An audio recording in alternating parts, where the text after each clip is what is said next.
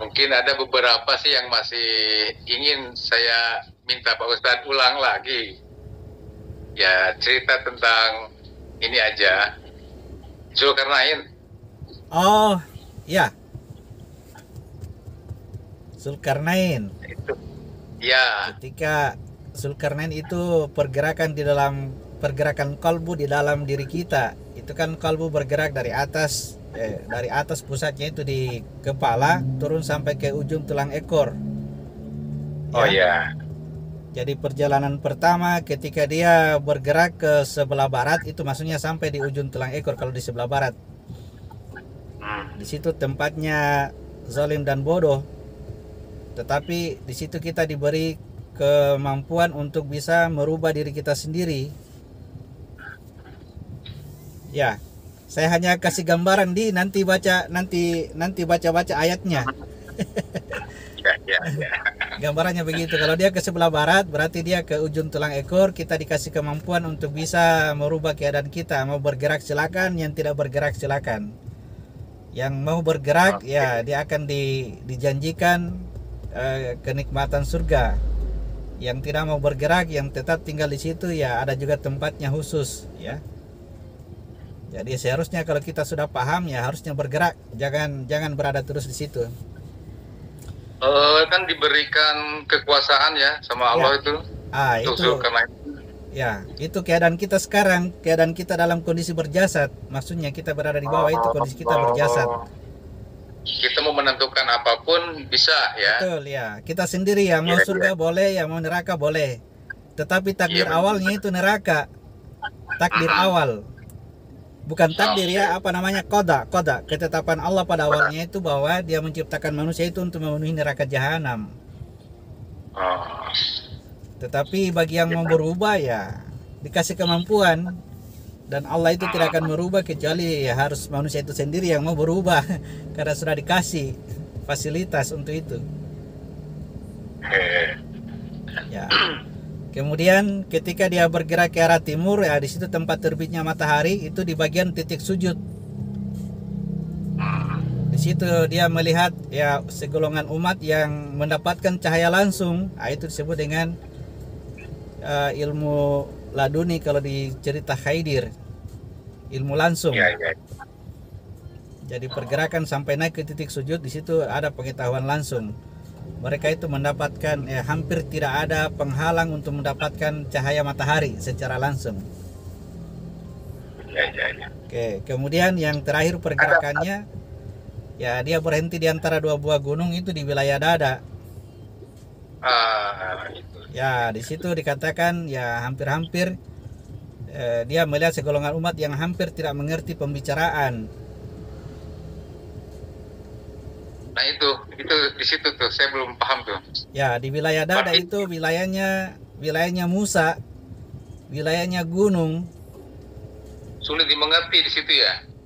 Tidak, tempat kita sekarang di situ di wilayah jiwa. Kalau bahasa kita di wilayah jiwa. Oh iya, Tidak iya. mengerti pembicaraan itu artinya ya tidak boleh kita berada di situ. Kita harus naik melewati leher masuk ke wilayah wajah, wilayah ruh. Di situ wilayah hikmah, Oh, wilayah makna-makna dari Al-Quran.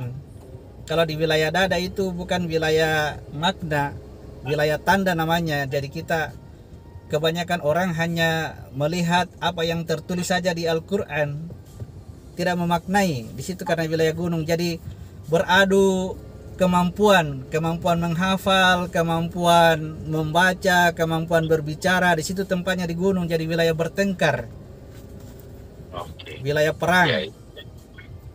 Iya. wilayah perselisihan. Maknanya belum dipahami di situ ya. Al Padahal ada makna yang terkandung. Ya, kalau berada di situ kita sulit memahami Al-Quran.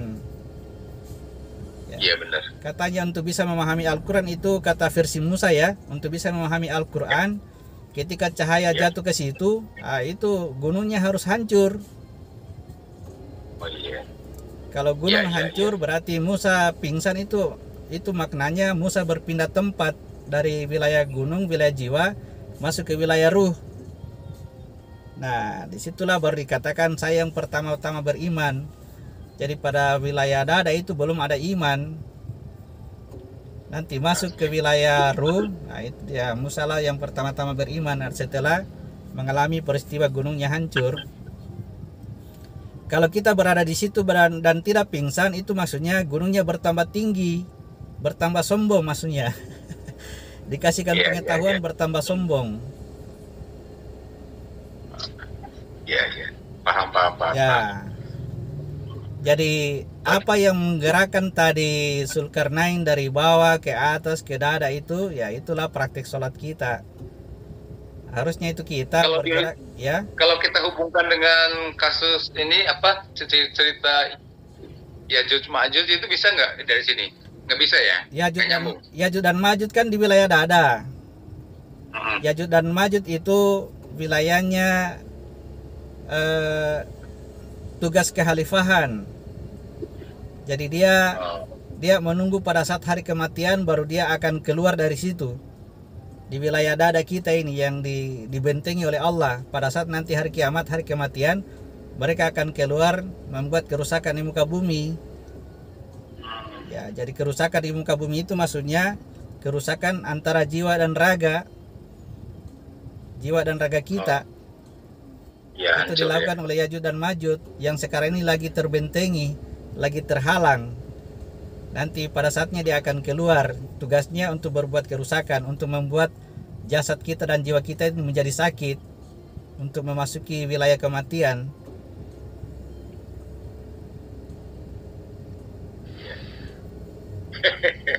Ya, jadi semuanya terjadi pada diri kita, Pak Loka. Jadi itu gampangnya kita pahami. Iya, betul. Ya. Betul. Memang kalau kita kembalikan ke diri kita, semuanya nyambung. Dan semuanya ke diri kita. Ke diri kita artinya begini, yang terjadi di luar sana itu yang tanda-tanda nyata itu kelahiran Nabi Ibrahim, kelahirannya Musa, kejadiannya Isa, kelahirannya Muhammad di sana, itu semua tanda-tanda nyata untuk menjelaskan ke kita tentang apa yang terjadi pada diri kita. Jadi selain Allah memberikan Al-Quran, dia juga membuat tanda nyata di sana. Tetapi tanda nyata itu boleh saja berbeda, boleh saja berubah, boleh saja salah, tetapi yang kebenarannya itu adanya dalam diri kita.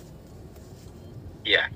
Seperti cerita Nabi Lut, ya, cerita Nabi Lut kan secara nyata sudah tidak cocok, tidak tepat di sana. Karena tidak ada lagi orang-orang yang melewati negeri Sodom itu pagi dan petang, itu sudah hampir dikatakan sudah tidak ada. Tetapi kebenarannya pada diri kita kok tiap hari lewat.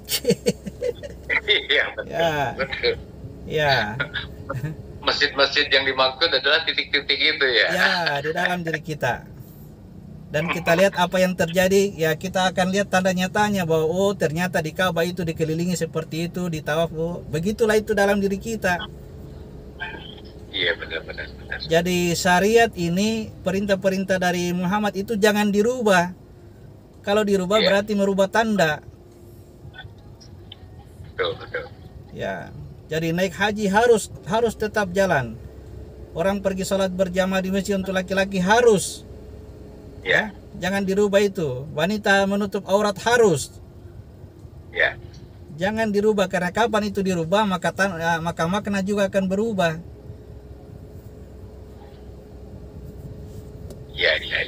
Jadi makna itu maksudnya Injil, ya. Makna itu dia adalah hikmah Injil. Injil itu datang untuk membenarkan Taurat. Maksudnya hikmah itu datang untuk membenarkan tanda-tanda yang ada. Jadi tidak merubah tanda, tetapi membenarkan tanda. Jangan seperti yang baru-baru muncul ini, tiba-tiba dibolehkan wanita untuk baca khutbah. Wah, itu tidak mengerti tanda itu. Tidak mengerti tanda dan tidak mengerti hikmah. Tidak bisa dirubah itu. Yang namanya wanita harus di belakang, makmum. Jangan jadi imam. Kalau jadi imam, rusak semua diri kita ini. Lama-lama jadi hawa nafsu jadi yang jadi imam. Iya, betul.